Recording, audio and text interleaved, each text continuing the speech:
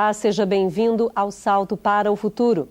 A reflexão sobre a prática cotidiana é o nosso assunto hoje, no terceiro programa da série sobre a formação contínua de professores. São nossos convidados para o debate o professor da Universidade do Estado do Amazonas, Evandro Guedin, o professor da Escola Santo Inácio, em São Paulo, Uirá Fernandes, e a coordenadora do curso de Pedagogia da Universidade Estácio de Sá, Maria das Graças Nascimento. E a sua participação, como sempre, é fundamental. Mande já a sua mensagem. Você pode participar do Salto ao vivo pelo telefone 0800 21 6689. Via internet, salto@tvebrasil.com.br ou ainda pelo fax. Disque o código da operadora, o DDD 21 e o número 2232-3271.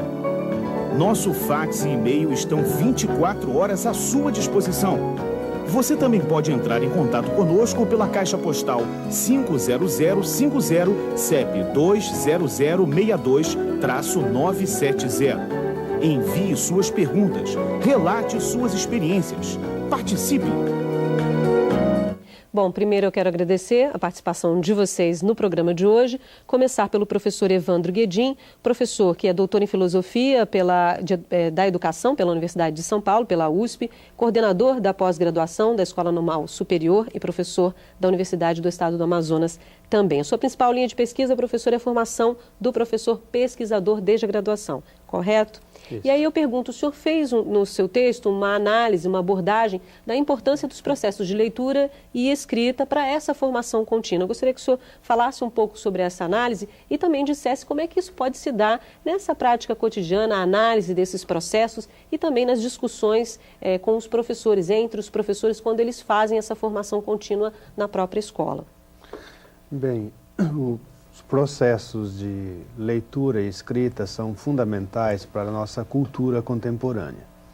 Mais fundamentais ainda para o professor, que é o agente, digamos assim, da cultura presente na sociedade. Então, os processos de leitura e escrita são fundamentais porque eles, de um certo modo, nos ajudam a pensar duplamente a realidade, as coisas, os conceitos, o conhecimento, o que nós somos, o que nós pretendemos ser e aquilo que nós buscamos. Então, de um certo modo, não há nenhuma possibilidade de desenvolver e construir um conhecimento, seja do professor ou para a sociedade, ou na universidade ou na escola, que não passe por esses dois processos de leitura e de escrita associado ao processo de reflexão e de pensamento. Então, de um certo modo, o que nós estamos propondo ao professor é que ele possa usar esses instrumentos e aprender a dominar o instrumento da escrita e da leitura como condição fundamental para que ele se torne sujeito autônomo do seu conhecimento. Portanto, um sujeito que, mais do que, ou tanto quanto ensinar, procura aprender como se aprende, para que possa compreender os processos cognitivos que o aluno também deve dominar. Então, me parece assim que a escola precisa ser um espaço de construção desse conhecimento de cada indivíduo e coletivamente através dos processos de domínio dos conceitos, do domínio da compreensão da realidade, e esse processo de compreensão se dá fundamentalmente através da leitura e da escrita. Da leitura do mundo, como dizia Paulo Freire, e da leitura dos conceitos, entendido conceitos como a realidade que nós estamos transpondo para nós, para o nosso cérebro, e aí tentando ler o que ela significa. Então, me parece que o ponto de partida para a construção de uma reflexão e do conhecimento deve passar necessariamente pela leitura e pela escrita enquanto condição de desenvolvimento continuado de professor, da formação e e dos alunos e aí por diante.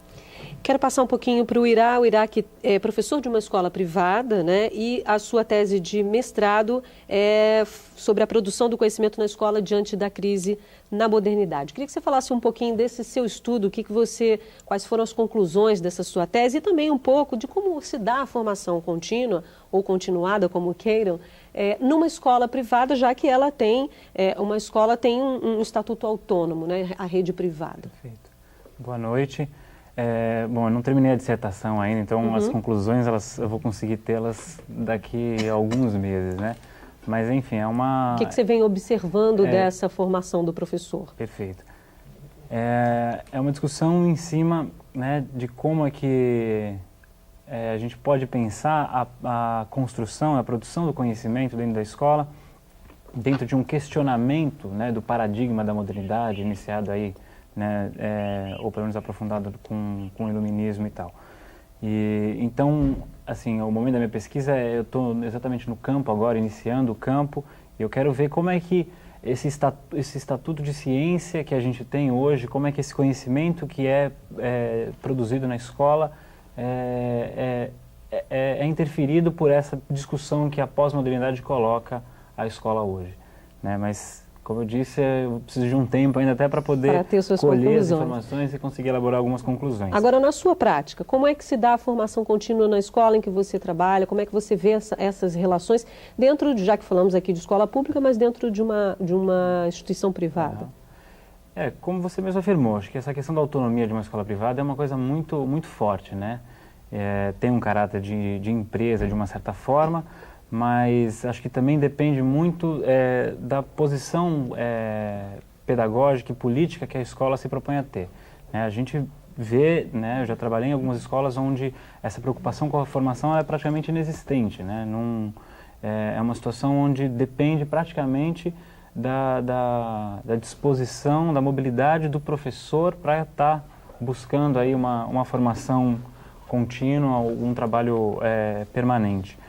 E no meu caso, né, além do próprio mestrado que eu tô fazendo, a escola é uma escola que eu acredito que seja bastante organizada, que tem uma postura pedagógica bastante explícita, né, bastante socializada com os professores, e que é uma coisa que não é muito comum, mas a gente tem reuniões pedagógicas quinzenais, tanto coletivas quanto individuais com a coordenação. Então esse é o espaço fundamental que a gente tem para discutir aí os problemas enfim, que acontecem dentro da escola. Por exemplo, que tipo de discussões são encaminhadas nessas reuniões? Por exemplo, questões filosóficas mesmo, de ordem, né, da filosofia da educação, de quais são os nossos objetivos enquanto educadores e como é que a gente pode recorrer à teoria para poder fundamentar essa prática. E, ao mesmo tempo, também discussão sobre processos de avaliação, sobre práticas em sala de aula, socialização de metodologias, de como é que a gente pode fazer algum trabalho em parceria com outro professor. Eu sou professor de história, então como é que eu posso estar fazendo algum trabalho com o professor de geografia, por exemplo. A gente conversa nessas reuniões, possíveis reuniões individuais serem modificadas para poder satisfazer essas necessidades dos professores. Mas eu acho que nesse sentido a escola ela tem que ter clara para ela qual é o seu próprio objetivo, né? E, consequentemente, organizar o trabalho em prol disso, que a gente está falando do projeto político-pedagógico mesmo, né? Então, acho que isso é muito fundamental, né? Que ela consiga orientar o trabalho do professor na medida em que ela tenha clara quais são as suas próprias intencionalidades, né? Tá certo. De educação. Professora Maria das Graças, como disse na abertura, é coordenadora de um curso de pedagogia, né, de uma universidade aqui no Rio de Janeiro, a Universidade de Estácio de Sá, e sua linha de pesquisa, tanto no mestrado quanto no doutorado, tem a ver com a formação continuada do professor. Quais são os principais desafios da implantação dessa formação continuada nas escolas? A senhora também foi supervisora de uma rede de ensino do município. Como é que a senhora encara essa situação, a relação também das escolas com as instituições, né, ligadas a essa rede, tanto as coordenadorias quanto a própria secretaria? Como se dá a relação, como deveria se dar essa relação em prol dessa formação continuada do professor? Boa noite. A minha experiência, né, com formação continuada, sobretudo na educação básica, no ensino fundamental, se deu numa escola da rede pública do Rio de Janeiro, né? Nós tivemos durante 13 anos, a implantação de um projeto de formação continuada para os professores daquela escola, né? Nós tínhamos a possibilidade de termos um horário coletivo de reflexão, e utilizamos esse tempo, né, durante esses anos todos, fomos construindo, porque não existe um caminho só, né, e fomos construindo um projeto de formação continuada naquele espaço, que partia da lógica de que os professores eram produtores de saberes, né? Então as reuniões eram planejadas e executadas, né, e desenvolvidas pelo próprio grupo de professores, que era coordenado por mim como supervisora pedagógica, que era daquela escola da rede pública, né? Quanto à relação disso com a universidade, hoje na universidade em que eu trabalho, a gente tem um curso de pedagogia, onde o tema da formação continuada, ele atravessa o currículo em diversos momentos, em diversos componentes curriculares, né? Mas, para além disso, a gente também tem uma disciplina voltada para o estudo das concepções de formação continuada que estão presentes na realidade, né? Tanto na realidade dos grandes sistemas de ensino, que têm promovido algumas estratégias de formação continuada, tanto em termos de Brasil, como em termos de sistemas estaduais, como sistemas municipais e rede privada, né? E aí a gente tem um momento específico de sistematização dessas concepções no curso de pedagogia. Quer dizer, o que se entende por formação continuada, exato, já sendo discutido na formação inicial. Inclusive, elas fazem um estágio voltado para a formação continuada. Elas vão para as escolas públicas, preferencialmente, mas nem sempre, para as escolas normais também, observar os projetos de formação continuada que são desenvolvidos nesses espaços. Para avaliar de que forma se dá a formação continuada em seus vários campos, tanto na formação... Podendo até propor, né, programas para esses espaços. Tá certo. A gente já tem algumas perguntas aqui. A primeira é da Ariadne Josiane, da TV Escola de Porto Velho. Obrigada, Ariadne. Ela diz o seguinte: de acordo com o Evandro Guedin, professor Evandro Guedin, o trabalho do professor é um trabalho de natureza intelectual.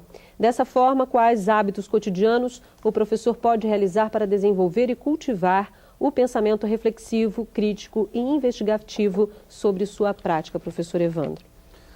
Bem, Ariadne, eu penso que, como mencionamos antes, um processo de leitura contínua, permanente, sistemática e cotidiana sobre as questões que nos tocam na escola e na sociedade, na política, na economia, é um elemento importante para a questão da reflexão.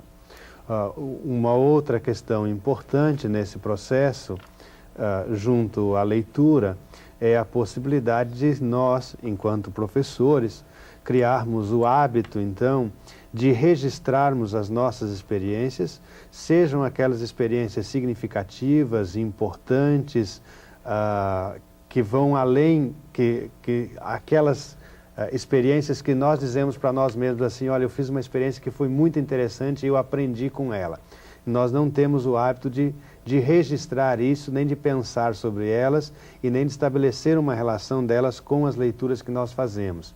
Então é importante que nós possamos pensar numa forma de registro enquanto documentação da trajetória da minha produção intelectual enquanto professor. Quer dizer, o professor é fundamentalmente um sujeito que trabalha com o intelecto, portanto ele é um intelectual da cultura, e nós costumamos dizer que ele deve ser um intelectual crítico acima de tudo, que ele tem que perceber a realidade criticamente, no sentido de poder avaliar, estabelecer um juízo de valor e propor novos valores para a sociedade. Então a escola e o professor devem necessariamente ter, digamos, esse trabalho intelectual como fundamental para o seu trabalho de desenvolvimento profissional. Então, por um lado, a leitura, por outro lado, o exercício da escrita e do registro, a relação desse registro escrito com as leituras, e aí então nós podemos chamar isso das teorias educacionais, em que medida que que as teorias nos ajudam a pensar a própria prática. Além desse registro ser importante porque nós documentamos uma prática. Esse registro deve ser daquelas experiências exitosas, mas também daquelas experiências fracassadas. E nós achamos que temos que registrar somente aquelas experiências exitosas.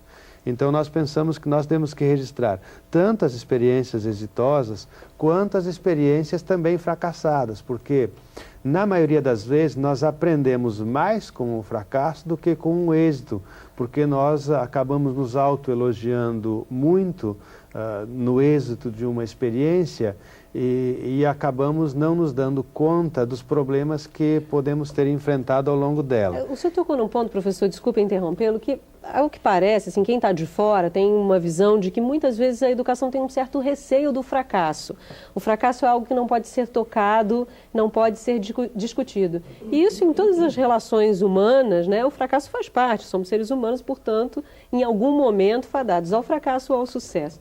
O que o senhor atribui? Isso me corrija se eu estiver errada, se eu achar que a minha avaliação em relação a essa ideia do fracasso não é coerente.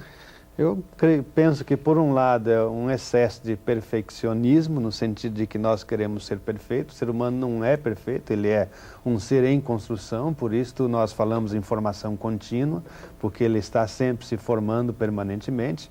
Eu até arriscaria dizer que não há sucesso que não passe de alguma maneira, em algum momento, pelo fracasso. Aliás, às vezes nós aprendemos muito mais com um fracasso bem registrado, bem refletido, bem analisado, bem compreendido, do que nas experiências mais exitosas. Porque é justamente quando nós fracassamos que nós conseguimos perceber todos os limites que nós temos do ponto de vista metodológico, do ponto de vista epistemológico, então do conhecimento e dos conceitos que nós adquirimos. Aí a escola, e me parece que este medo do fracasso é mais uma condição cultural e de Estado do que do próprio professor, porque o professor, enquanto indivíduo e sujeito, não tem medo de errar. Ele sabe que erra e é no erro que ele consegue avançar. Ok, professor, a gente tem algumas perguntas, vamos tentar respondê-las. Eu sei que esse bloco é um pouco curto, mas vamos tentar. A Caterine, da TV Escola de Anápolis, obrigada, Caterine, diz: será que nós, professores, estamos desenvolvendo em nossos alunos esta reflexão, já que nós, professores, não temos esta consciência crítica? Professor Uirá. Eu acho que é um desafio muito grande, né? Porque é um pouco o que o Evandro estava falando, né? A necessidade do professor, se o professor está estimulando, né, no aluno, que o aluno seja um estudante, alguém que estude, né, como é que a gente pode exigir isso do aluno se muitas vezes nem o professor tem a prática do estudo, né, da leitura, da escrita, da reflexão sobre o que se pesquisa. Então, é um desafio muito grande. E eu acho que uma saída para isso é mudar um pouco o papel do professor dentro da dinâmica, vamos dizer assim, da sala de aula, né? O professor sair um pouco desse papel de centralidade, de alguém que está ali controlando toda a situação do ensino e aprendizagem, né? Não sei, na minha prática eu vou percebendo que esse controle ele não é tão seguro quanto a gente muitas vezes imagina, né? Porque você tem, se é uma relação, se tem alguém do outro lado, né? Que você evidentemente quer uma outra subjetividade, com uma outra história, se você incluir isso, né, o produto dessa relação ele é incerto, ele é aberto, né? E então eu acho que esse é um ponto central, de que essa relação ela não está terminada, né? Certo. Essa segurança muitas vezes não é real, né? Eu queria aproveitar para tocar nessa questão do fracasso, porque sinceramente eu penso que o professor ele acha que ele não pode explicitar o fracasso muitas vezes do seu trabalho com o próprio aluno. Né? E é uma coisa que eu tento, no meu trabalho, quebrar um pouco esse paradigma. Né? Por que não socializar isso com o aluno? Por que não trocar? Né? Se isso é uma coisa compartilhada, por que isso não pode ser discutido de alguma forma com o próprio aluno? Né? A gente planejou fazer certa atividade, né? Se houve uma frustração, se tem uma sensação de fracasso, né? Isso é produto do nosso trabalho, meu com você. Né? Eu assumo meus 50% e você assume os seus. E acho que é mais coerente e porque a gente tem que lidar um pouco com essa questão angustiante do professor, de querer achar que ele vai conseguir ensinar tudo a todos, né? É uma coisa muito complicada. Obrigada, professor. Bom, no próximo bloco vamos acompanhar um dos encontros no horário de trabalho pedagógico coletivo realizado numa escola de Guarulhos. Salto para o futuro, volta já.